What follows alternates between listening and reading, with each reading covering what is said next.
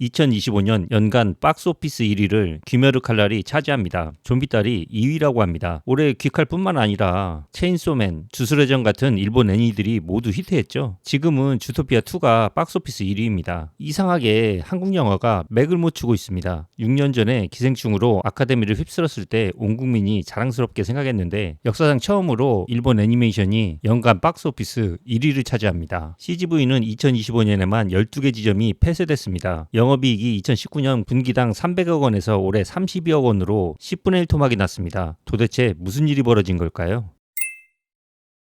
2013년부터 2019년까지 한국인은 1년에 평균 4.1번 극장을 갔습니다. 세계에서 영화를 가장 많이 보는 민족이었죠. 2019년 한 해 동안 2억 2천만 명이 극장을 찾았습니다. 이 조그만 나라가 세계 영화 시장 4위 규모였습니다. 그런데 2024년 1인당 관람 횟수가 2.4회로 떨어집니다. 거의 절반 수준입니다. 세계 순위도 7위로 밀려났죠. 올해 2분기 관람객 수는 전년 대비 32%나 감소했습니다. 한국 영화는 지금 침체기 중에서도 정점에 있습니다. 누구도 부인하기 힘들 정도로 처참한 상태죠. 시대의 명작이었던 쉬리 이전 1년에 한 번 극장 가던 시절로 돌아가고 있습니다. 올해는 1,000만 관객을 돌파한 영화가 한 편도 나오지 않았죠. 흥행 실패 사례들을 보면 더 심각합니다. 전지적 독자 시점은 제작비만 300억 원이 들어갔습니다. 손익분기점이 600만 관객이었는데 겨우 100만 명이 봤습니다. 거의 재앙 수준의 실패죠. 봉준호 감독의 미키 17은 300만 관객을 모았습니다. 전 세계적으로 1억 달러 이상의 손실을 봤을 거라고 합니다. 보고타는 손익분기점이 300만이었는데 40만밖에 안 봤습니다. 주연 송중기가 눈물을 글썽이며 인터뷰하는 모습이 화제가 되기도 했죠. 이 사건의 범인은 모두가 OTT라고 말합니다. 특히 넷플릭스죠. 실제로 숫자를 보면 관객이 이동한 게 맞긴 합니다. 2019년 월 평균 극장 관객이 1,800만 명이었습니다. 2025년 6월 기준 OTT 활성 사용자가 2천만 명입니다. 거의 비슷하죠. 사람들이 영화를 안 보는 게 아니라 OTT로 옮겨간 겁니다. 그런데 이상한 점이 하나 있습니다. 흥행할 만한 영화들은 여전히 흥행합니다. 탑건 매버릭은 800만 관객을 동원했고 파묘, 범죄도시 3편, 4편은 1,000만을 넘겼죠. OTT 작품의 수준이 극장 영화보다 높아진 것도 아닙니다. OTT 콘텐츠는 공중파보다는 조금 나은데 극장에서 보는 영화만큼의 몰입감을 주진 못하죠. 그래서 여전히 잘 만든 영화들은 극장에서 대박을 치는 겁니다. 진짜 변화는 관객들의 선택 기준이 확실해졌다는 겁니다. 예전에는 극장에 가냐 안 가냐 둘 중 하나였다면 지금은 극장에서 볼까 OTT로 볼까 TV로 볼까 유튜브로 볼까 심지어 재밌는 부분만 잘라놓은 유튜브 쇼츠 요약본을 보기도 합니다. 극장에서 봐야 할 명백한 이유가 있는 영화만 선택을 받는 겁니다. 사실 요즘 한국 영화들을 보면 패턴이 너무 뻔합니다. 요즘에는 보고 싶은 영화 자체가 별로 없죠. 저도 파미오 극장에서 재밌게 보고 그 후로 한 번도 극장을 안 갔습니다. 넷플릭스에서 신선한 소재의 영화나 드라마를 선택해서 보던 관객들의 눈높이에는 여전히 못 미치죠. 예전에는 1년에 최소 4번, 많게는 10번 이상 극장을 찾아주니까 아무 영화나 적당히 흥행했죠. 최근에는 점점 발길이 줄기 시작하니까 배우들 출연료가 논란이 되기 시작합니다. 2001년 한국 영화 순 제작비가 평균 16억 원이었습니다. 그런데 2002년에는 25억 원으로 급증하고 그 이후에도 계속 올라서 지금은 예전에 두세 배 수준이라고 합니다. 배우 출연료가 제작비의 3분의 1을 차지한다고 합니다. 2K급 배우는 회당 3억에서 5억 원을 받습니다. 영화 원톱 주연은 10억 원의 흥행 성적에 따른 지분까지 약속을 받습니다. 송강호의 경우를 보면 디즈니 플러스 삼식이 삼촌에서 16부작 기준 회당 4억 3천만 원, 총 70억 원의 출연료를 받은 것으로 알려졌습니다. 그런데 올해 개봉한 영화 1승은 송강호가 주연을 맡았는데도 31만 관객밖에 모으지 못했습니다. 개봉 20일 만에 극장 상영을 포기하고 OTT로 직행했죠. 수억 원 출연료가 돈값을 못한다는 비판이 나오기 시작합니다. 이런 상황에서 작년 8월 배우 최민식이 손석희의 질문들에 출연해서 논란이 될 만한 발언을 했습니다. 지금 티켓값이 15,000원인데 OTT 앉아서 여러 개 보지 발품 팔아서 극장을 찾겠냐. 나라도 안 간다. 영화인 연대는 최민식의 발언을 환영한다는 입장을 냈고 일부 관객들도 공감했죠. 그런데 카이스트 이병태 교수가 페이스북에 반박글을 올렸습니다. 팬데믹 중에 영화관들은 부도위기에 직면했는데 최민식은 자신의 영화를 상영해주는 극장을 위해 출연료를 기부라도 했냐. 영화관 사업을 자선 사업으로 알고 있냐. 영화관은 티켓으로 돈 버는 사업이 사업이 아니다. 싼 티켓으로 관객을 유인해서 팝콘과 음료수를 팔아서 돈 버는 사업이다. 가격을 내려서 관객이 더 오고 이익이 난다면 기업들은 내리지 말라고 해도 내린다. 뭐 이렇게 말을 했습니다. 사실 한국 영화가 망한 게 극장 탓은 아니죠. 최민식 씨 인터뷰를 찾아서 봤는데 전체적인 맥락을 보면 안 좋은 의도는 없어 보였습니다. 다만 훌륭한 연기를 보여준 배우들이 그 가치를 돈으로 인정받는 것은 당연한데 너무 많이 올라버리니까 제작 자체가 힘들어진 것도 사실입니다. 출연료가 제작비의 3분의 1을 차지하면 영화 퀄리티에 투자할 비용이 줄어들 수밖에 없죠. 손익분기점이 높아지고 흥행에 실패하면 투자자들이 외면하는 악순환이 반복되죠. 어느 정도 받고 영화 흥행 수익에 따라서 성공보수식으로 받아야 지금처럼 아무도 투자 안 하는 상황에서 그나마 제작이라도 가능하다고 봅니다. 그렇게 한국 영화가 무너지는 동안 일본 애니메이션은 왜 성공한 걸까요? 헐리우드는 원작을 재해석하고 재구성하면서 장점을 훼손하는 경우가 많습니다. 하지만 일본 애니 극장판은 원작을 수정하지 않고 퀄리티만 업그레이드합니다. 압도적인 영상미도 그 이유 중 하나입니다. 이거는 꼭 극장 가서 봐야 한다 이런 평가가 많았죠. 여기에 굿즈 마케팅도 한몫했다고 합니다. 가는 날마다 받을 수 있는 굿즈가 다르니까 팬들은 미리 계획표를 짜놓고 매번 오픈런을 뛰면서 계획적으로 받으러 간다고 합니다. 영화만 문제가 아닙니다. 극장 서비스도 함께 무너졌습니다. 요즘 웬만한 극장에 들어가면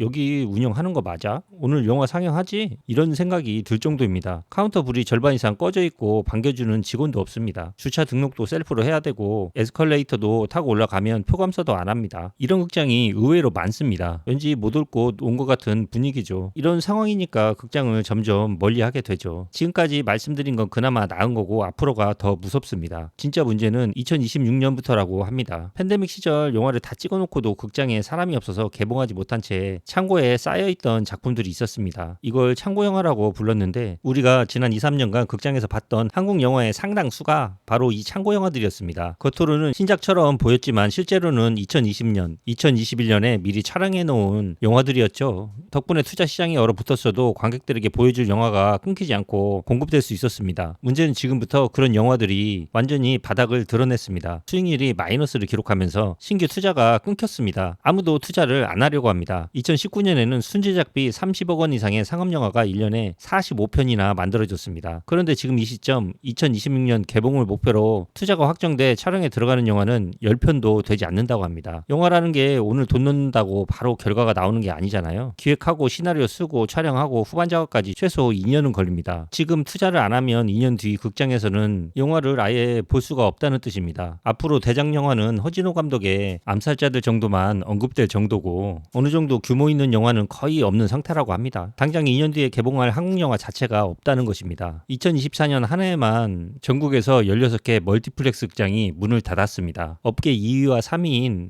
롯데시네마와 메가박스가 살기 위해 합병을 추진한다는 이야기까지 나오고 있습니다. 세계적으로도 유명한 이창동 감독의 신작조차도 국내 극장용 투자를 받지 못해서 결국 넷플릭스 오리지널 영화로 제작 방향을 틀었습니다. 재능 있는 창작자들이 극장을 떠나 안정적인 넷플릭스나 OTT로 이탈하는 현상이 계속 가속화되고 있습니다. 촬영 스태프들은 일감이 없어 아예 업계를 떠나고 있습니다. 영화인들은 정말 힘든 상황이라고 한결같이 이야기합니다. 어쩔 수 없이 다 드라마나 OTT 쪽으로 방향을 틀었죠. 웬만한 영화사는 직원들 해고하고 대표 혼자서 일하고 있다고 합니다. 그렇다고 살 방법이 아예 없는 건 아닙니다. 새로운 시도들이 계속 등장하고 있습니다. 연상호 감독의 얼굴은 제작비가 단 2억 원이었습니다. 그런데 100만 관객을 돌파했죠. 수익률이 50배가 넘습니다. 이게 어떻게 가능했을까요? 박정민을 비롯한 주연 배우들이 노 개런티로 참여했습니다. 대신 영화의 흥행 성적에 따라 러닝 개런티를 받는 계약 조건이었죠.知名도는 조금 낮지만 연기력 좋은 배우들을 발굴해서 성공한 거죠. 이게 이런 저예산 영화가 제작될 수 있었던 이유입니다. 범죄도시를 만든 강윤성 감독이 연출한 중간계라는 영화는 대부분의 그래픽을 AI로 제작해 제작비를 줄입니다. 보통 5일 걸리는 작업이 AI로 10분 정도 만에 끝났다고 합니다. 제작비가 저렴하다 보니까 손익분기점도 20만 정도입니다. 부담이 없는 구조인 거죠. 두 영화가 주는 시사점은 명확합니다. 저예산 모델의 가능성, 혁신 기술의 활용, 배우와 제작사의 상생 구조 이런 것들이 한국 영화의 새로운 돌파구가 될 수 있습니다. 이런 영화들이 하나둘 성공하다 보면 다시 투자가 이어지겠죠. 한국 영화가 현재 거의 망한 수준인데 원인은 하나가 아닙니다. 영화의 질적 하락, 배우 출연료의 거품,